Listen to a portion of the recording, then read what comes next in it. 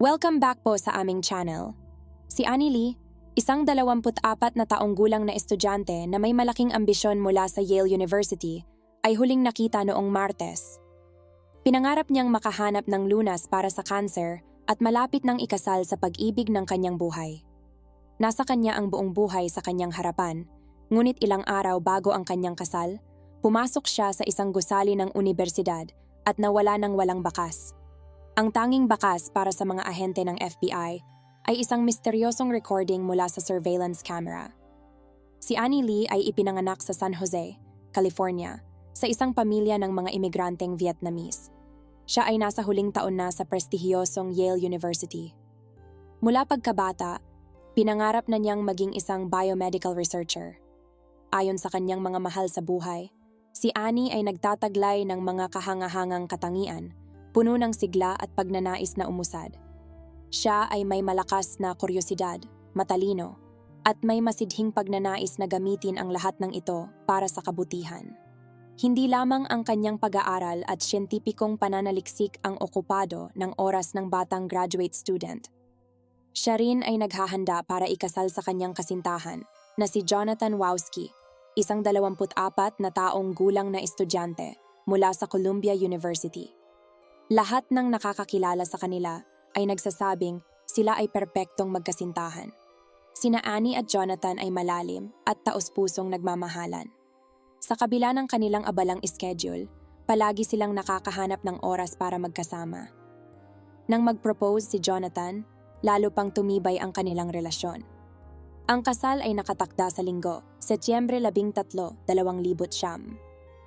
Sa mga araw na iyon, abala ang lahat ng oras ng bride sa pagpaplano ng nalalapit na selebrasyon. Ngunit habang papalapit ang malaking araw, lalo siyang naging balisa. 6 na araw bago ang mahalagang kaganapan, nagsimulang mag-alala si Annie. Isang tanong ang bumabagabag sa kanya. Magpapakasal ba ako ng masyadong maaga? Upang mapanatag ang kanyang sarili, tinawagan niya ang kanyang matalik na kaibigan na si Jennifer. Ilang araw pagkatapos ng kanilang pag-uusap, misteryosong nawala si Annie Lee. Nang hindi bumalik si Annie sa kanyang dorm room kinagabihan, agad na nagduda ang kanyang roommate na may mali. Nag-aalala rin siya dahil hindi sinasagot ni Annie ang kanyang mga tawag. Ayon kay Jonathan, hindi kailanman nawala ng walang paalam ang kanyang kasintahan. Kung may pagbabago sa kanyang mga plano, palagi siyang nagpapaalam sa isang tao. Sa takot na may masamang nangyari kay Annie, agad na humingi ng tulong ang University Police sa FBI. Ang kaso ay naatasan kay Special Agent James Lewis. Pagkatapos interbyuhin ang pamilya at mga kaibigan ng nawawalang babae, hindi nakakuha ng anumang kapaki-pakinabang na impormasyon ng investigador. Wala sa kanila ang may ideya kung nasaan siya. Pumunta ang detective sa universidad upang inspeksyonin ang opisina ni Annie. Doon, natagpuan niya ang kanyang telepono at pitaka, kasama ang lahat ng kanyang mga dokumento na naiwan sa mesa. Sa pag-inspeksyon sa silid, walang napansin na anumang palatandaan ng pakikipaglaban ng detective. Ang mga interview sa mga empleyado ay nakatulong upang matukoy na kamakailan lamang nagsimula si Annie sa isang bagong eksperimento. Noong araw na siya ay nawala, tumayo siya mula sa kanyang mesa upang pumunta sa laboratorio at hindi na bumalik. Ang lab ay matatagpuan sa basement ng Yale Research Center, 1 minutong lakad lamang mula sa opisina ni Annie. Ang unang bagay na mapapansin mo pagpasok ay ang matapang na amoy ng dumi ng hayop. Sa lugar na ito, nagsasagawa ng mga eksperimento sa mga hayop ang mga doktor at siyentipiko. Sa loob, maraming silid at pintuan. Parang isang buong underground city. Isinasagawa ni Annie Lee ang kanyang mga eksperimento sa Laboratorio G13. Sa pag-inspeksyon sa silid, walang nakita ang investigador na kakaiba. Mayroon lamang malalaking racks na may iba't ibang materyales at samples. Dahil walang malinaw na lead, humingi ng tulong ang mga awtoridad sa publiko. Tumulong din ang FBI sa paghahanap kay Annie Lee, ngunit hindi ito nagbunga ng nais na resulta. Dahil limitado ang oras sa mga kaso ng nawawalang tao, nagpasya ang ahensya na humingi ng tulong mula sa ibang departamento. Sumali sa investigasyon sina Lieutenant Lisa Daggio at Sergeant James Klein. Sa simula, Naisip ng mga investigador na maaring nagdadalawang isip at labis na nababalisa si Annie sa kanyang darating na kasal at nagpasya na tumakas. Bukod dito, may isang kilalang kwento ng isang bride na tumakas bago ang kanyang kasal na naibalita pa sa national news. Dahil dito, isinasaalang-alang ng administrasyon ng Yale University ang posibilidad ng isang katulad na senaryo. Ngunit ang katotohanan na iniwan ni Annie ang lahat ng kanyang personal na gamit sa kanyang trabaho ay nagpatunay na mali ang teoryang ito. Kaya't ang pangalawa at mas malamang na bersyon ay ang nakakatakot na salitang abduction. Habang ang pamilya ng nawawalang babae ay nahihirapan at natatakot isipin ang pwedeng kahinatnan ng kanyang pagkawala. Desperadong naghahanap ng mga sagot ang mga investigador sa kanilang mga tanong. Bawat empleyado sa Yale University's Research Center ay may personal na badge na nagpapahintulot sa kanila na makagalaw sa loob ng gusali. Habang pinag-aaralan ng mga investigador ang datos ng mga naroroon sa laboratorio noong araw ng pagkawala, napansin ni Agent James Lewis ang isang napakahalagang bagay. Wala pang isang araw mula nang ideklara na nawawala ang 24 na taong gulang na graduate student. Sa kabutihang palad para sa mga awtoridad, sa oras na ito ay nakahanap na sila ng mga maaasahang saksi, mga tahimik ngunit nakakita ng lahat. Ang mga lihim na hawak nila ay maaaring makatulong upang matukoy kung ano talaga ang nangyari sa inosenteng babae. May mga surveillance camera sa pangunahing pasukan at malapit sa gilid na labasan na nagpapahintulot sa mga pulis na subaybayan ang lahat ng pumapasok at lumalabas sa gusali. Sinimulan ng mga investigador ang pagsusuri sa footage mula sa pangunahing pasukan dahil nais nilang kumpirmahin na naroon nga si Annie noong araw na iyon. Sa 10:09 ng umaga, natagpuan nila ang kanilang hinahanap. Ipinakita ng footage na pumasok si Annie Lee sa gusali ng research center. Walang kakaibang napansin sa kanyang kilos, hindi siya mukhang natatakot o nasa ilalim ng impluwensya ng sinuman. Gayunpaman, mas mahirap subaybayan ang kanyang mga galaw sa loob. Sa mas mababang palapag, may isang kamera lamang na nagpapakita ng koridor malapit sa laboratorio. Matyagang naghintay ang mga detektib na dumaan si Annie, ngunit hindi siya lumitaw. Ang pagsusuri ng video footage ay tumatagal ng napakaraming oras. Maraming opisyal ang patuloy na nanood ng lahat ng available na recordings upang subukang makahanap ng kumpirmasyon na pumasok nga si Annie Lee sa room G13 noong araw ng kanyang pagkawala. Subalit hindi nagtagumpay ang kanilang mga pagsisikap. Kaya't nagpasya ang investigasyon na muling ituon ng pansin sa mga external surveillance cameras. Isa sa mga pangunahing layunin ngayon ay tiyakin na ang nawawalang estudyante ay umalis sa research center. Kung umalis siya, mahalagang malaman kung siya ay mag-isa at kung saan siya pumunta pagkatapos. Oras-oras, pinanood ng mga ahente ang mga manggagawa na pumapasok at lumalabas sa gusali, ngunit wala si Annie sa kanila. Halos 3 oras pagkatapos dumating si Annie sa trabaho, noong 12:50 ng tanghali, napansin ng mga detective ang kakaibang aktibidad. Biglang nagsimulang tumakbo ang mga tao palabas ng gusali, tinatakpan ang kanilang mga tainga. Lumabas na nag-alarm ang fire alarm sa laboratorio noong araw na iyon. Nag-alala ang mga investigador na sa kaguluhan. Maaaring nakaligtaan nila ang sandaling lumabas si Annie sa gusali. Ngunit pagkatapos suriin ang lahat ng footage frame by frame, walang nakakita sa 24 taong gulang na graduate student. Sa sandaling iyon, nagbago ang atmosfera ng investigasyon. Si Annie ay 152 sentimetro lamang ang taas. Nagsimulang magtanong ang mga detektib kung maaaring nailabas siya ng gusali sa loob ng isang bagay. Pagkatapos muling panoorin ang video, wala silang napansin na angkop para sa tsuryang ito. Kaya't natira na lamang ang isang posibilidad, na nailabas siya sa mga bag kasama ng mga itinapong basura. Sa loob ng laboratorio, may 6 na lokasyon kung saan kinokolekta ang basura. Karamihan ay mga labi ng hayop. Sinuri ng mga forensic experts ang lahat ng trash bins sa universidad at maingat na ininspeksyon ang bawat pulgada ng city dump. Hinanap nila sa lahat ng lugar, ngunit walang nahanap. Parang naglaho na lamang ang tao sa hangin. Kasabay nito, bumalik na mula sa New York ang kasintahan ni Annie at handa nang makipagkita sa investigador. Ayon sa kanya, Noong araw ng pagkawala ng kanyang kasintahan, nasa bahay siya sa Long Island. Habang kinukumpirma ng mga investigador ang alibay ni Jonathan, nakatanggap ng impormasyon ang Departamento ng Pulisya mula sa visitor log ng Research Center. Ipinakita nito na noong Setyembre 8, 2009, pumasok si Annie Lee sa kanyang laboratorio ng alas 10 at 11 minuto ng umaga. Gayunpaman, hindi siya pumasok sa anumang ibang silid na nangangailangan ng badge para sa access. Sa kasunod na paghahanap sa Room G13, nakakita ang mga awtoridad ng ilang maliliit na piraso ng ebidensya. Sa isa sa mga instrumento, natagpuan nila ang isang maliit na mansa ng dugo at ayon sa resulta ng pagsusuri, ito ay pag-aari ng nawawalang si Annie Lee. Pagkatapos ng pagtuklas na ito, itinuon ng mga investigador ang lahat ng kanilang pagsisikap sa pag-alam kung ano ang maaaring nangyari sa kanya sa loob ng unibersidad. Sa ikatlong araw ng masinsinang paghahanap, kumapit ang mga detective sa bawat posibleng lead. Ngunit sa kabila ng kanilang mga pagsisikap, wala silang nagawang makabuluhang progreso hanggang sa natuklasan ni Sergeant James Klein ang isang mahalagang bagay. Sa Laboratory G13, isa sa mga ceiling panels ay bahagyang nakabukas. Doon nila natagpuan ang isang medyas na may mansa ng dugo at isang gamit na rubber glove.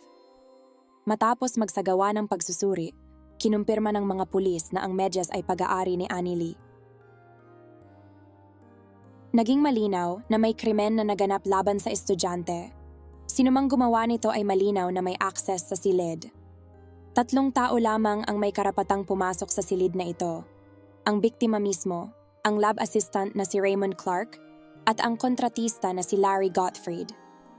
Ayon sa mga log records, lahat sila ay nasa trabaho noong araw na iyon.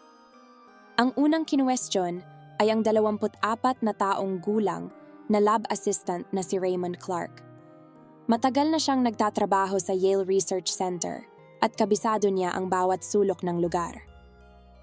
Sa interview ng pulisya, kalmado si Clark. Sinabi niyang pumasok siya sa trabaho ng alas 7 ng umaga at bandang alas 10 ng umaga, pumasok si Annie sa lab. Mga alas 12:30 ng tanghali, umalis si Annie sa opisina dala ang ilang gamit. Hindi niya alam kung saan pumunta si Annie ngunit wala siyang napansing kakaiba sa kanyang kilos. Pumayag din si Clark na magbigay ng DNA sample at iba pang kinakailangang specimen ng walang pagtutol. Pagkatapos nito ay pinalaya siya ng mga investigador. Kinumpirma ng footage mula sa kamera sa pangunahing pasukan na noong Setyembre 8, dumating si Raymond Clark sa trabaho ng alas 7 ng umaga. Ang susunod na beses na lumitaw siya sa footage ay malapit sa emergency exit matapos mag-alarm ang sunog sa gusali ng alas 2:15 ng tanghali. Lumabas si Clark kasama ang ibang empleyado. Walang kakaibang napansin sa kanyang kilos. Hindi siya nagmamadali at hinawakan pa ang pinto para sa iba. Pagkatapos, bandang 1:10 ng hapon, muling pumasok si Clark sa pangunahing pasukan. Ang huling beses na umalis si Raymond Clark sa gusali ay sa pagtatapos ng araw ng trabaho. Walang ipinakitang kahina-hinalang kilos sa kanya ang footage kaya't nagpasya ang investigasyon na ituon ang pansin sa pangalawang suspect, ang kontratista na si Larry Gottfried. Hindi full-time na nagtatrabaho si Gottfried. Pumupunta siya sa Yale ilang beses sa isang linggo upang palitan ang mga ilaw. Inamin ni Gottfried na pumasok nga siya sa Laboratorio G13 bandang alas 11:30 ng umaga, kasabay ng oras na naroon dapat si Annie. Gayunpaman, sinabi niyang hindi niya nakita si Annie Lee noong araw na iyon.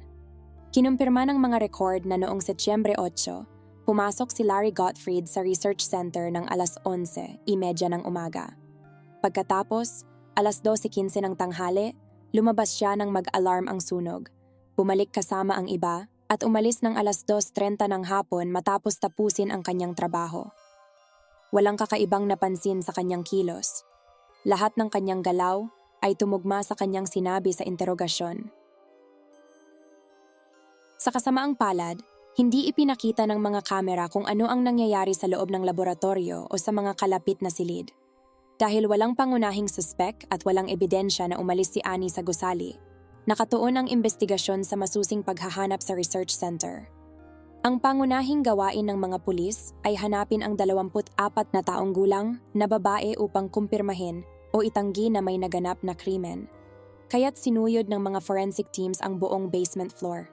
Habang ini-inspeksyon ng Room G, 22 na 5 silid ang layo mula sa laboratorio ni Annie, natagpuan nila ang isang maliit na bead. Sa pagsusuri ng footage ng pagpasok ni Annie sa research center, makikita ang isang kuwintas na gawa sa katulad na material sa kanyang leeg. Ngunit hindi lang iyon. Nang gumamit ng luminol ang mga pulis, nagliwanag ang buong Lab G, 22 dahil sa dami ng mancha ng dugo. Sa simula ng investigasyon, sabik na naghihintay ang mga detektib na muling lumitaw ang nawawalang lab technician, ngunit bawat bagong araw ng paghahanap ay nagpapabawas ng pag-asa. Sa halip, mas marami pang ebidensya ang natagpuan ng mga ahente na nagpapakita na may nangyaring kahindik-hindik sa babae. Ang tsansa na buhay pa si Annie Lee ay mabilis na nawala.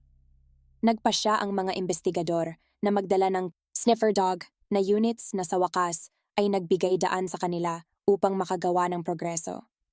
Katabi ng Room G, 22 ay isang locker room. Pagpasok ng mga detektib, agad nilang napansin ang isang pamilyar na hindi kanais-nais na amoy.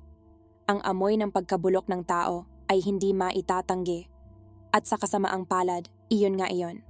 Itinuro ng sniffer dog ang isang pader kung saan may maliit na metal cover na nagtatago ng espasyo para sa access sa mga plumbing pipes.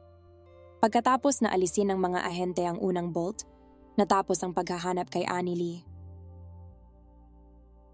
Sa loob ng 5 araw, hinanap ng mga awtoridad ang nawawalang graduate student hanggang sa natagpuan nila ang kanyang walang buhay na katawan sa loob ng pader, nakabitin ng patiwarik.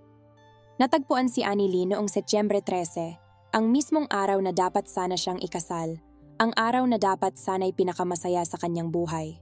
Hindi makapaniwala ang pamilya ng biktima na maaaring mangyari ang ganitong trahedya sa kanilang mahal sa buhay. Hindi nila maisip na mayroong isang tao sa mundo na maaaring magnais ng ganitong kahindik-hindik na wakas para sa kanilang mahal na Annie. Ang krimeng ito ay nagpagulat sa buong populasyon ng Connecticut dahil ito ang pangalawang pagpatay sa Yale University sa loob ng huling 10 taon. Ipinakita ng autopsy na ang sanhi ng pagkamatay ni Annie Lee ay asphyxiation. Bukod dito, natagpuan ding bali ang kanyang panga at collarbone. Nang natagpuan ang katawan ng babae, nakababa ang kanyang underwear. May mga piraso ng sirang kuwintas na katulad ng mga natagpuan sa Laboratorio G, 22 na naiwan sa leeg ng kawawang babae.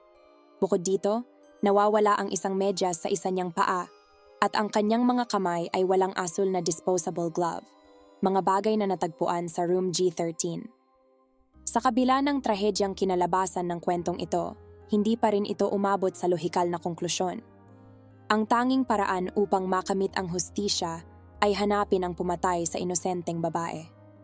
Malapit sa lugar kung saan natagpuan ng mga pulis si Annie, natagpuan din nila ang isang panulat na may berdeng tinta. Sa isa sa mga basurahan, may isang dilaw na lab coat na may mancha ng dugo. Muling sinuri ng mga investigador ang access logs at natuklasan ang hindi pangkaraniwang pagtaas ng activity sa Laboratorio G, 22. Si Raymond Clark, ang 24 na taong gulang na lab assistant, ay naroon ng 11 beses sa loob ng maikling panahon. Kapansin-pansin na lahat ng kanyang mga entry sa umaga ay ginawa gamit ang berdeng tinta, ngunit sa isang punto ay lumipat siya sa itim. Dahil isang berdeng panulat ang natagpuan malapit sa mga labi ng babae, ito ay nagdulot ng malinaw na hinala. Habang umuusad ang investigasyon, lalong naging malinaw na may kinalaman si Raymond Clark sa pagkamatay ni Annie Lee. Ngunit upang mapatunayan ito, kailangan ng higit pang ebidensya. Sa pagsusuri ng footage mula sa mga internal surveillance cameras, nakita ng mga ahente ang sandali kung saan pumasok ang suspek sa laboratorio. Suot niya ang isang dilaw na lab coat na katulad ng natagpuan sa basurahan na may mantsa ng dugo ng pinaslang babae. At ito ay malayo sa huling kakaibang pagkakataon. Bandang 10:00 ng umaga, nakita si Raymond na lumabas ng gusali para sa isang break. Sa sandaling iyon, suot niya ang isang asul na lab technician's suit at may pulang cord na nakikita sa kanyang baywang. Ngunit nang lumabas siya muli sa ikalawang pagkakataon sa panahon ng fire alarm, ang cord sa kanyang pantalon ay iba na, kulay asul. Ibig sabihin lamang nito ay nagpalit siya ng damit sa ilang kadahilanan. Nang dumating ang mga resulta ng pagsusuri sa istasyon ng pulisya, naging malinaw ang lahat. Natagpuan ang DNA ni Raymond Clark sa berdeng panulat na iyon. Naroon din ito sa puting medyas ng biktima at sa dilaw na lab coat na may mantsa ng dugo ng babae. Ang mga piraso ng ebidensyang ito ay nagdala sa konklusyon na si Raymond Clark ang umatake kay Annie Lee. Natagpuan ang killer sa isang hotel sa lungsod ng Cromwell, 50 kilometro mula sa Yale University. Siya ay agad na inaresto. Umaga, bandang alas 8:45 ng umaga, inaresto si Raymond Clark batay sa isang arrest warrant. Dinala si Mr. Clark sa kustodiya. Sa kabila ng pagkakahuli sa salarin, nanatili ang isang hindi pa nabibigyang linaw na tanong. Ano ang tunay na motibo para sa krimeng ito? Sa pagsusuri ng email inbox ng suspek, natuklasan ng mga investigador na noong Setyembre 8, 2009, nakatanggap si Raymond Clark ng email mula sa isang kasamahan. Ang email ay nagsasabing siya ay ikakasal at mawawala sa trabaho ng ilang araw. Naniniwala ang FBI na ito ang naging sanhi ng kanyang mga aksyon. Lumabas na lihim na inibig ni Raymond si Annie sa loob ng maraming taon at ayaw niyang mapunta ito sa iba. Isinasaalang-alang din ng mga investigador ang teorya na may posibilidad ng alitan sa trabaho. Si Clark ay kilala bilang isang control freak na mahigpit sa mga patakaran sa kalinisan.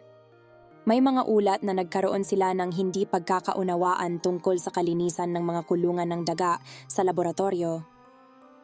Sa huli, nagawang buuin ng mga detektib ang mga pangyayari noong araw na iyon at matukoy kung ano talaga ang nangyari kay Annie Lee. Dumating si Annie sa trabaho ng alas 10:09 ng umaga. 2 minuto pagkatapos, nasa kanyang laboratorio na siya. Bandang alas 10 ng umaga, bumalik si Raymond Clark mula sa break at agad na sinuri ang kanyang email. Ilang minuto pagkatapos, pumunta siya sa room G13 at malamig na isinagawa ang kanyang plano. Sinimulan ng salarin na maghanap ng ligtas na lugar upang itago si Annie Lee, ngunit hindi agad nagtagumpay si Raymond dahil nag-alarm ang sunog sa gusali. Natural na ayaw niyang mapansin ng iba ang mga mantsa ng dugo sa kanyang damit, kaya't mabilis siyang nagpalit at itinapon ang ginamit na lab coat sa basurahan. Pagkatapos, lumabas siya ng gusali sa gilid na labasan. Samantala, ang walang buhay na batang babae ay nakahiga sa malamig na sahig sa Laboratorio G, 22 kung saan inilipat siya ng salarin upang itago siya ng mas ligtas. Nang bumalik ang mamamatay tao, inilagay niya ang katawan sa lugar kung saan ito natagpuan. Isa itong tipikal na krimen ng pagnanasa o selos. Sa simula, itinanggi ni Raymond Clark ang kanyang kasalanan, ngunit noong Marso 2011, nakipag-plea deal siya at inamin ang pagtatangkang pag-atake at pagpatay kay Annie Lee. Ito ay nagbigay daan sa kanya upang mabawasan ang kanyang sentensya sa 44 na taon. Ang ilang miyembro ng pamilya ng biktima ay hindi nasiyahan sa sentensyang ito. Sinabi ng kanyang tiyuhin na nararapat kay Raymond ang parusang kamatayan o kahit man lang habang buhay na pagkakakulong. Ang kapatid ng biktima ay mas mapagpatawad. Sinabi niyang hindi masukat ang kanyang kalungkutan, ngunit umaasa siyang mararamdaman ni Clark ang buong bigat ng kanyang kasuklam-suklam na ginawa. Inilibing si Annie Lee sa Placerville, California. Nagtipon ang pamilya at mga kaibigan upang parangalan ang alaala ng isang minamahal na anak, kapatid, kaibigan at kasamahan. Ang kahindik-hindik na pangyayari ay nagdulot ng seryosong epekto sa reputasyon ng Yale University na itinuturing na isa sa mga pinakamahusay na institusyon sa Estados Unidos.